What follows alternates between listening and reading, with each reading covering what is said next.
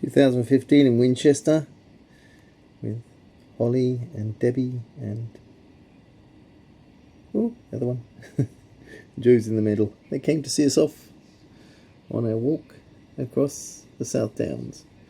Beer included. South Downs. Oh, that's Winchester. Which was fab. We really did like. The South Downs Way, that's the signpost for the start. And yeah, we were very mightily impressed with Winchester.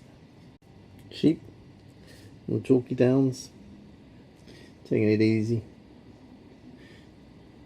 Joe liked the Curtis Cottage. And definitely she liked the beers in England. She'd never been to the countryside, having grown up in the northern part of Surrey where they don't have such stuff. Moonlight Cottage, tea rooms, B&B, vacancies. That's what we'd like to hear.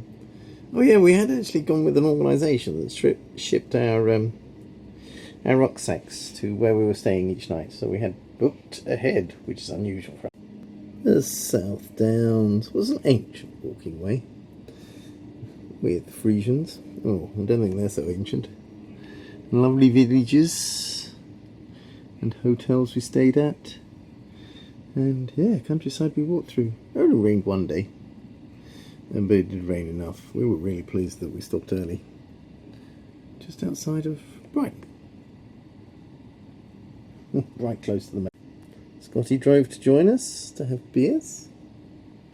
And we saw countrysides, English countrysides, South Downs, very lovely.